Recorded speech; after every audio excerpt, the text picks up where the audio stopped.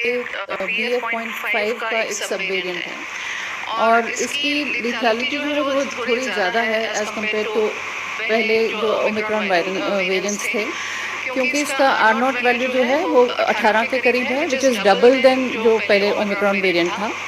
और इसकी ट्रांसमिसिबिलिटी भी बहुत ज़्यादा है, क्योंकि ये स्पाइक प्रोटीन का म्यूटेशन है, इसलिए बहुत अच्छी तरह से हमारे सेल्स को पकड़ के उनमें घुसने की कोशिश करता है और अपना इन्फेक्शन स्प्रेड करता है। तो इसका इंक्यूबेशन टाइम भी बहुत कम है और ट्रांसमिसिबिलिटी भी बहुत ज़्यादा है। यहाँ पर अभी जो सैंपल्स हैं उसकी टेस्टिंग की जा रही है।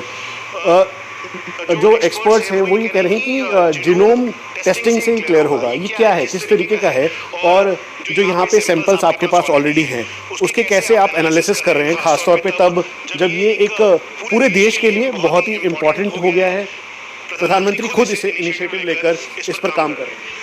तो जो जीनोम सीक्वेंसिंग जो है वो एक तरह की मेडिकल टेक्निक है जिससे हम किसी भी माइक्रो ऑर्गेनिज्म का जेनेटिक मेकअप देख सकते हैं।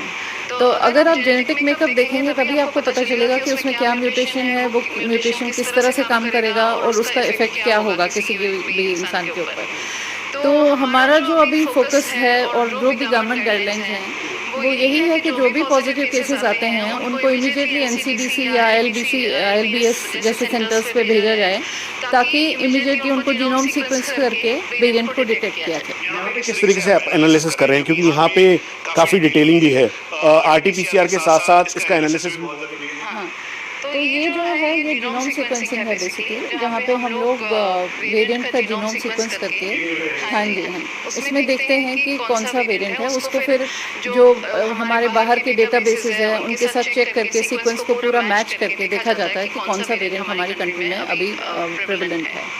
और सेम उसी तरह से आरटीपीसीआर टेस्टिंग में हो रही है। और आरटीपीसीआर में जैसे आपको दिखाया गया था कि इस समय अभी यहाँ पर क्या जो फाइल है वो चल रही है?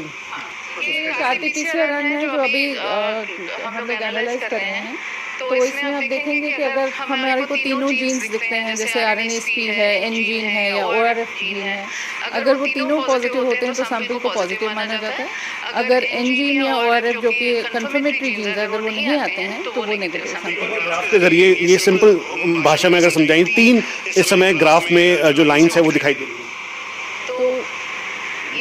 तो ये है ये आरएनएसपी का ग्राफ है और ये एनजीन और ओआरएफ का है। तो आप देख सकते हैं कि ये अभी नेगेटिव है, लेकिन अगर आप इस सैंपल में देखेंगे तो ये काफ़ी हाई लेवल ऑफ सीटी आ रही है इसकी वजह से ये हम कंफर्मेटरी पॉजिटिव बोल सकते हैं। मैम, क्योंकि आप टेस्ट कर रहे हैं, एयरपोर्ट पे टेस्टिंग की आप लोगों ने, अब यहाँ पर अभी गवर्नमेंट की डायरेक्शंस और क्लियर हो रही हैं इसको लेकर, कितना प्रिकॉशन लेने की ज़रूरत है, कितना समझ के साथ आगे बढ़ने की ज़रूरत है?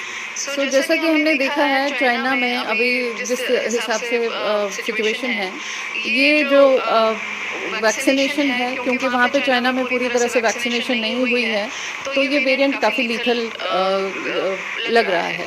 लेकिन इंडिया में जहाँ तक इंडिया का सवाल है, क्योंकि ऑलरेडी लोग काफ़ी वैक्सीनेटेड हैं, यहाँ पे हमें ऐसा लग रहा है कि शायद उसका इम्पैक्ट इतना ज़्यादा नहीं होगा।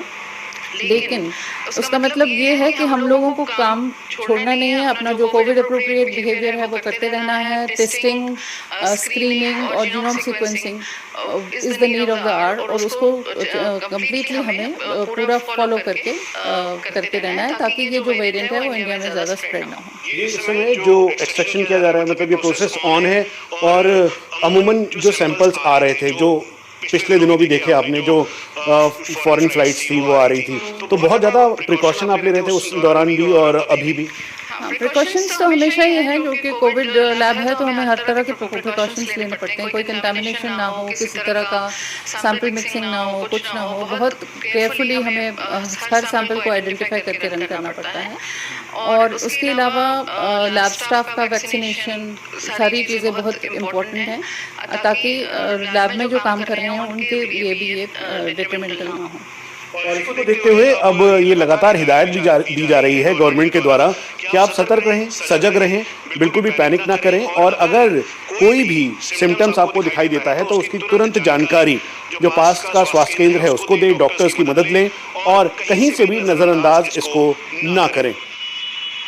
तो लैब तैयार है, अस्पताल तैयार है और कोरोना से इस खतरे से निपटने के लिए केंद्र सरकार भी पूरी तरह तैयार है। केंद्र सरकार ने आज इस खतरे को टालने के लिए बूस्टर डोज के तौर पर भारत बायोटेक कंपनी की एक नेजल वैक्सीन को भी मंजूरी दे दी है। यानी कि अब तक आप वैक्सीनेशन सिर्फ सिरिंज के जरिए लगवाते थे, आपको इंजेक्शन लगवाना पड़ता था, लेकिन अब आप अपने नाक में 2 ड्रॉप डलवाकर भी वो वैक्सीनेशन लगवा सकते हैं। भारत बायोटेक कंपनी की ये नेजल वैक्सीन आज से प्राइवेट अस्पतालों में उपलब्ध हो चुकी है। ये वैक्सीन आपके नाक में 2 ड्रॉप डालकर लगाई जा सकेगी। जिन लोगों ने कोविशील्ड और कोवैक्सीन के दोनों डोज लिए हैं वो लोग भी इस नेजल वैक्सीन को बूस्टर डोज के तौर पर ले सकते हैं। फिलहाल ये वैक्सीन बूस्टर डोज के तौर पर उपलब्ध होगी। 12 साल से ऊपर जिन लोगों की उम्र है वो लोग बूस्टर डोज के तौर पर इस वैक्सीनेशन को लगवा सकते हैं। तो बड़ी खबर है कि केंद्र सरकार ने इस वैक्सीन को, नेजल वैक्सीन को आज मंजूरी दे दी है, क्योंकि जो आंकड़ा अब तक सिर्फ 27% है बूस्टर डोज का, उसको केंद्र सरकार और बढ़ाने के